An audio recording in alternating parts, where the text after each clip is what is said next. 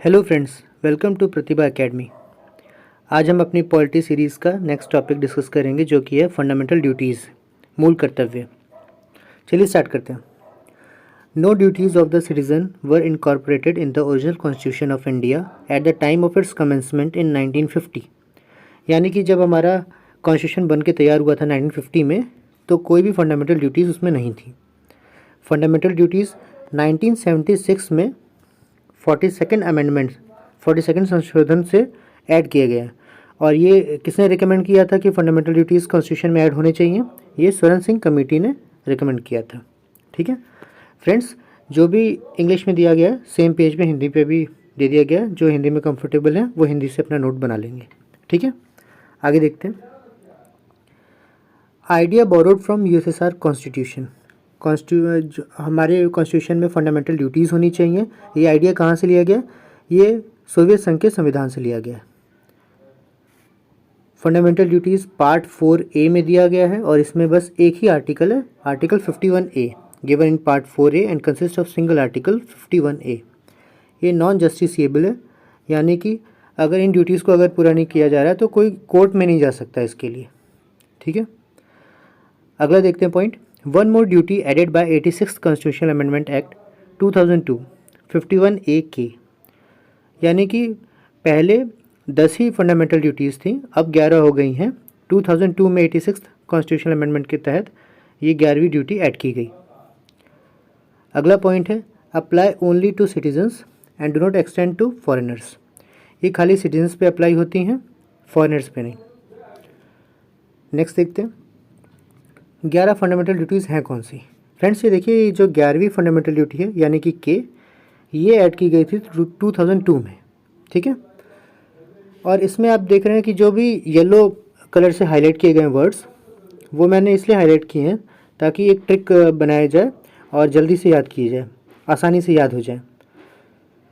और ये ट्रिक मैं आपको समझा देता हूँ कैसे याद करना है। जैसे देखिए ABCDEFGHIJK, ये 11 फंडामेंटल ड्यूटीज़ हैं।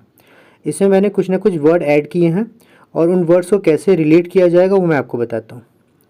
जैसे पहला है A point, to abide by the constitution and respect its ideals and institutions, the national flag and the national anthem. इसमें मैंने एंथम वर्ड हाईलाइट कर दिया है। और A is equal to anthem, यानी कि आप ये याद रखेंगे कि ए पॉइंट में एंथम की बात हुई थी और एंथम से ही आपको नेशनल फ्लैग, नेशनल एंथम और इंस्टीट्यूशन की बात याद आ जाएगी। ठीक है, सेकेंड बी में क्या दिया गया? बी में to cherish and follow the noble ideals which inspired our national struggle for freedom. वो आइडियल्स जिसने हमें इंस्पायर किया अपने फ्रीडम को पाने के लिए, वो उन आइडियल्स की रिस्पेक्ट करनी है। ठीक है, उनको उन आइडियल्स को फॉलो करना है। ये हमारी फंडामेंटल ड्यूटी है जो कि बी पॉइंट में दी गई है। तो बी से हम बापू याद रखेंगे, क्योंकि बापू यानी कि महात्मा गांधी जी के आइडियल्स को हमने फॉलो किया था। ठीक है, तो हम रिलेट करेंगे कि बी फॉर बापू, और बापू से हमें नोबल आइडियल्स याद आ जाएगा। सी पॉइंट क्या है? To uphold and protect the sovereignty, unity and integrity of India. इसके लिए सी फॉर सेंटर याद करना, क्योंकि जो सेंटर, जो केंद्र है, वो सोवरेन है, यूनिटी और इंटीग्रिटी मेंटेन किया रहता है। ठीक है, सोवरेनिटी, यूनिटी और इंटीग्रिटी, ये वर्ड्स पिछले लेक्चर में मैंने एक्सप्लेन कर दिए थे। जिनको इनके बारे में जानना है वो पिछला लेक्चर जरूर देख लें। ठीक है, तो सी फॉर सेंटर याद करना, और सेंटर संप्रभुता हमें प्रोवाइड करता है, सोवरेनिटी, यूनिटी और इंटीग्रिटी, तो ये याद हो जाएगा सी के साथ। ठीक है, अगला देखते हैं D point, to defend the country and render national service when called upon to do so. देखिए इसमें डिफेंड वर्ड आया, डी फॉर डिफेंड याद रखा जाएगा।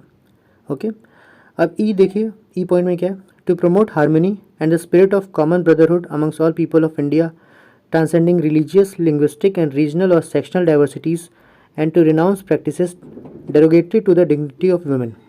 अब इतनी बड़ी ड्यूटी याद तो हो नहीं पाएगी, तो इसलिए इसके लिए ट्रिक है ई फॉर इक्वलिटी याद करना, और इक्वलिटी से हमें रिलेट करना है कि encourage brotherhood and women dignity, बंधुता को बढ़ावा देना है और वुमेन की डिग्निटी को मेंटेन रखना है, तभी तो इक्वलिटी अच्छे से मेंटेन हो पाएगी।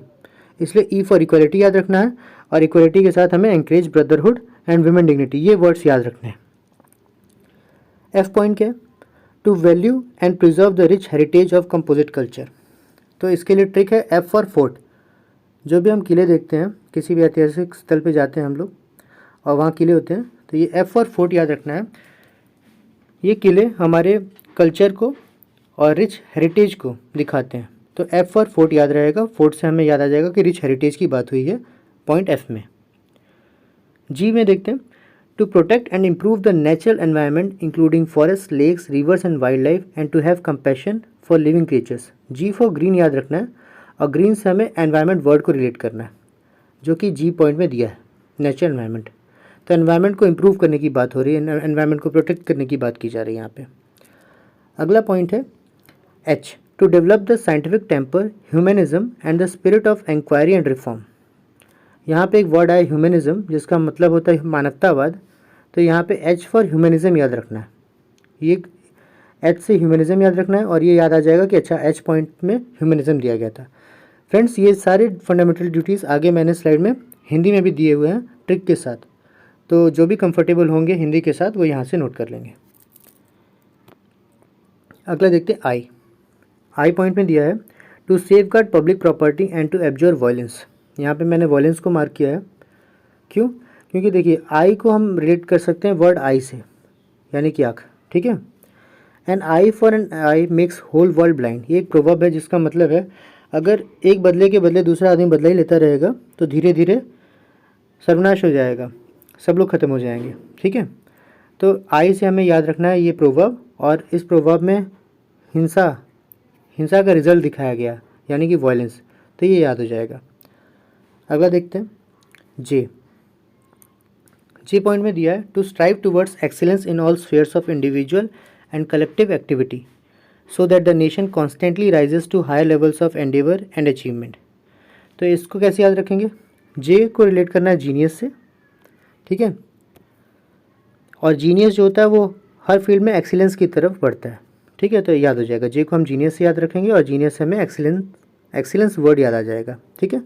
अगला पॉइंट है के से हमें याद करना है नॉलेज, ठीक है, और नॉलेज आते ही हमें पता चल जाएगा कि अच्छा के पॉइंट में एजुकेशन की बात की गई थी।